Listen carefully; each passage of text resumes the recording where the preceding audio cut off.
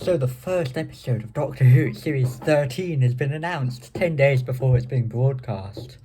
Because it's the 21st of October right now, and obviously it's being broadcast on Halloween. So yes, it's called Chapter 1, The Halloween Apocalypse. That's a good title, honestly. I mean, Chibnall's not been the best with titles, let's be honest. Arachnids of the UK, rubbish. I mean, arachnids, I thought, spiders, like Planet of Spiders. It's called arachnids. I thought there would be, creatures besides spiders, like flipping scorpions or something, but no. Rubbish. I don't really like that's just an awful title. It just sounds like a nature documentary or something. But yes, and the Savanga conundrum, well, not the worst, but could be a lot better. But yes, I've just found out about this. The Halloween Apocalypse.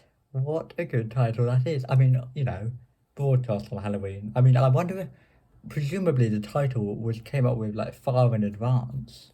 But I wouldn't be surprised if they decided, it's a result of the broadcast date. I mean, the fact that it's set on Halloween, that can't be significant, surely.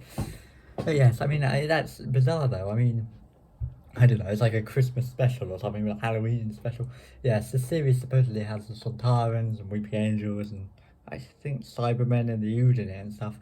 I would imagine, supposedly, I mean, it's called Doctor Who Flux, I assume you know all this, but presumably it's, well, 6 parts. The thing is, they said it was 6 parts, one continuous story. It's chapter 1, the Halloween Apocalypse. So presumably, I'm just gonna go out on a limb here and say episode 2 is gonna be called chapter 2 something. Maybe it'll be called, at least be some sort of apocalypse based on the date. I doubt it. But yes, I presume it'll be chapter 1, chapter 2, up to chapter 6. They should have kept the 8 stories. Maybe the next 2 stories will be called, or 8 parts, will be called chapter 7 and chapter 8, because 6 chapters isn't really enough, is it, Paper Mario Sticker Star? Anyway, what an awful game that is. Dives in the door, brilliant. I think I'm getting off topic here. Anyway, so, yes. So, it seems interesting. But I just think if it was 6 stories, it was going to be 8 stories. Then they cut it down to 6, presumably making stories 7 and 8 the first 2 specials. Because after this series, there's supposed to be 3 special episodes. I mean, that implies these ones won't all be like an hour. Well, actually, they'll be 50 minutes. It's just that Chibnall has a habit of making, especially his finales and episode 1s, too long. Well, an hour or whatever. I mean, 50 minutes is. Oh, Turn Left was 48 minutes. Pandora Opens was 48. I mean, you could do a good 50-minute story, but it's got to have good writing, hasn't it? So yes, but I think, if it was 8 stories or 8 parts long originally, and they've made the last 2, the first 2 specials, rather than just like deleting 2 episodes or something, I assume they've made the last 2, the 2 specials, and they're not part of this continuous story. That rather implies that none of them are really totally continuous, and they could be counted separately if you really want. Officially, it's all one story, but originally it was going to be one story of 8 parts. Now the last 2 parts are 2 different stories, or at least one different story. Maybe that'll be a two-parter, but I doubt they'll be part of this set, which implies that they're not really totally connected. I mean, it could be like Trial of a Time Lord. Why would you take inspiration from that, though? It's rubbish. But, I mean, that was. You could say it was one story, but obviously it was 4 stories just joined together.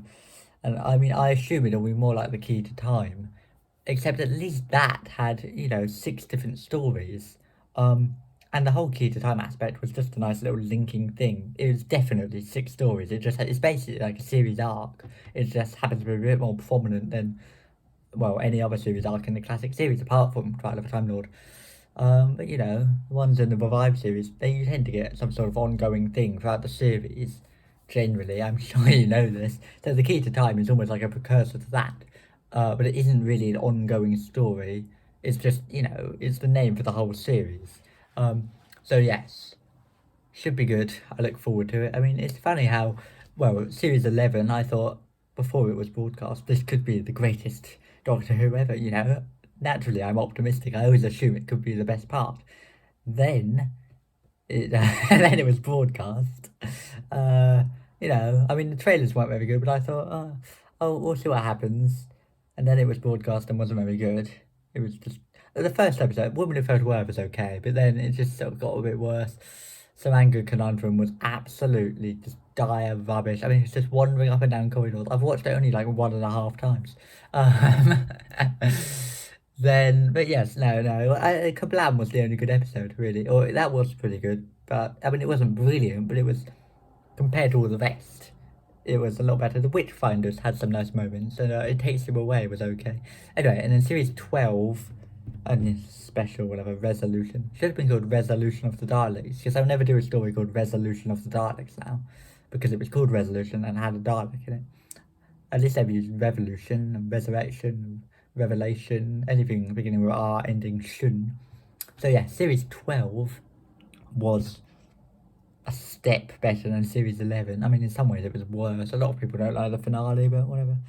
Yeah, I thought it was a bit. Well, the first episode was better, arguably the best of all of series 11 or 12 up to that point. Spyfall Part 1 was great. Then Part 2 was a bit dull. I remember watching it thinking, it's already not as good, but it's not surprising. Yes, yeah, series 12 was okay. And then this one. But the point is, they've been getting better and better gradually. So presumably this one will be the best, right? And the other thing is, you assume they're getting better and better and better.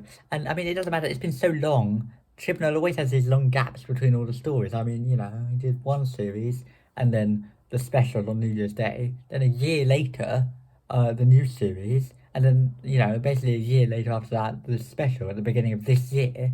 So now this series. I mean, I'm almost a bit surprised he didn't wait till New Year's Day again, for next year in 2022. But no. And of course, the other thing is, this is going on till the 5th of December. It's episode 6. So the special episode will only be a few weeks later anyway. It was like that with series 8, I think. I seem to remember the gap between Death in Heaven and Last Christmas wasn't very long. But yes, that was quite a good cliffhanger as well when the knocking interrupts the credits, I assume you know this, right? But yes, anyway, so should be interesting. I look forward to it.